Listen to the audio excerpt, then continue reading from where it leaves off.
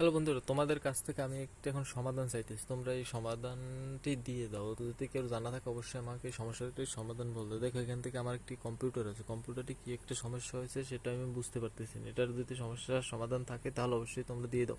সব কিছু ওকে, কিন্তু কিছুদিন আগে দেখো আমি এই পাওয়ার সাপ্লাইটি, দেখো এখানে একটা পাওয়ার সাপ্লাই আছে, আমি পাওয়ার সাপ্লাইটি চেঞ্জ করেছি। সমস্যাটি হয়েছিল পাওয়ার সাপ্লাইটি নষ্ট হয়ে গেছে, আমি নতুন করে একটা পাওয়ার সাপ্লাই লাগাইছি। তারপর কিন্তু অনেক দিন পর্যন্ত এটা ভালোই মানে সার্ভিস দিয়েছে। এখান থেকে এই দেখো, কিবোর্ড মাউস সব কিছু ঠিক আছে, এখানে সব কিছু এখন ঠিক আছে। বর্তমানে এখন আমি তোমাদের সামনে চালু করবো এবং কী সমস্যা তোমরা নিজেরাই সব কিছু দেখতে পারো। এখান থেকে আমি পাওয়ার, এখান থেকে দেখো আমি চালু করে দিলাম। চালু করে দেওয়ার পর এখান থেকে দেখো কি, এখান থেকে একটা স্ক্রিনের সামনে চলে আসে। তো স্ক্রিনে একটা সমস্যা আছে, এটা ইগনোর করে যাও, এটা সমস্যা হয়েছে।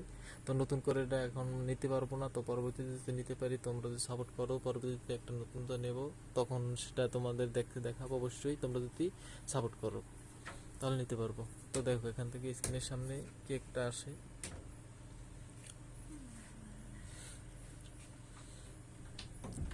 এই এখান থেকে দেখো এরকম একটা, এটা ওপেন হওয়ার পর এরকম আসে, কিন্তু এটা কোনো কায়দায় মানে স্ক্রিনে পুরো সম্পূর্ণ এখান থেকে ওপেন হয় না। দেখো এখান থেকে কি লেখাটা আসছে তোমরা নিজেরা এখান থেকে দেখতে পারো। এখান থেকে দেখো কি একটা লেখা এসে গেছে, তো নিচে আরো নিচে এখান থেকে প্রেস করতে বলতেছে। তো F1 যদি আমি প্রেস করি, এখান থেকে এগুলো সব কিছু আমি ট্রাই করে দেখেছি, তো কোনোটা এখান থেকে দেখো F1 আমি প্রেস করার পর আবার এরকম আসছে, আবার F1, আবার F1 দিতে বলছে। এরপর এখান থেকে আর একটা দিতে বলছে অপশন, তো আমি আবার দিয়ে দিলাম F1।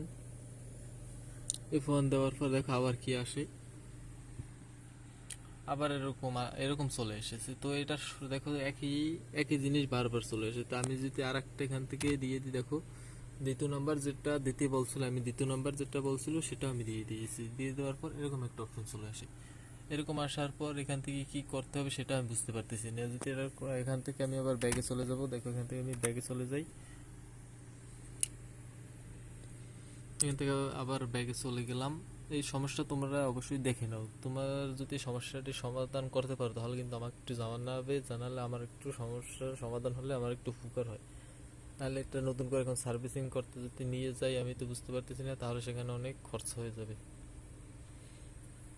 এখান থেকে দেখো, এখান থেকে এরকম একটা অপশন আসছে, দেখে নাও এখান থেকে কি বলতে আছে। এখান থেকে রিকভারি কি বলতে আছে সেটাও বুঝতে পারতেছি না। এখান থেকে বারবার কি বলছে এগুলো সবকিছু বুঝতে পারছি না। এখন নিচে একটা অপশন দিয়েছে, এখান থেকে আমি যদি 8 প্রেস করি, এখানে F8 প্রেস করতে বলছে সেটআপের জন্য। আমি এগুলো সবকিছু এখান থেকে করে দিলাম। তো এখান থেকে অনেকগুলো আবার অপশন আসতেছে, এগুলো কিছু বুঝতেছি না। এখান থেকে আমি দেখছি, চেক করে দেখছি, এখান থেকে মানে 5 প্রেস করলে বলে ঠিক হয়। আমি দেখো এখান থেকে F5ও দিয়ে দিলাম।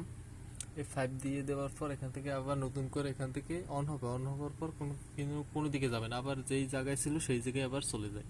তোমরা একটু এগুলো দেখে নাও। আর এখান থেকে সবকিছু কিন্তু ওকে, মাউস কিবোর্ড সবকিছু এখান থেকে ওকে।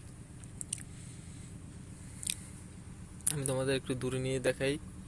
এই দেখো আবার জায়গার যেখানে ছিল সেখানেই প্রথম থেকে চলে এসেছে। এখান থেকে এন্টার প্রেস করলে, এখান থেকে এন্টার প্রেস করলে আবার যেরকম তো সেরকমই হয়ে যাবে। তো এরকম সব কিছু আমি ট্রাই করে দেখেছি এবং অনেক ইউটিউবে ভিডিও দেখেছি, কিন্তু কোনো ভিডিও থেকে সমাধান এখন পর্যন্ত হয় নাই।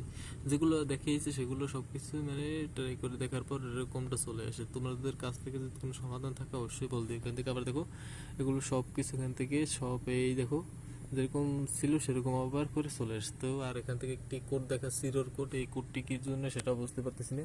আমি যদি এখান থেকে প্রেস করে দিই, দেখো F1 আমি প্রেস করে দিলাম। তারপর এখান থেকে দেখো আরেকটি, এখান থেকে একটা ফাইল মিসিং দেখাচ্ছে।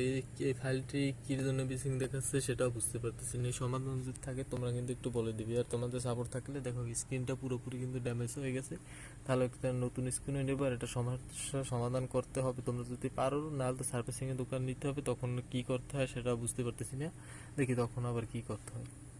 তো তোমাদের যদি কোনো সমাধান থাকে এটার একটা সমাধান দিয়ে দিও।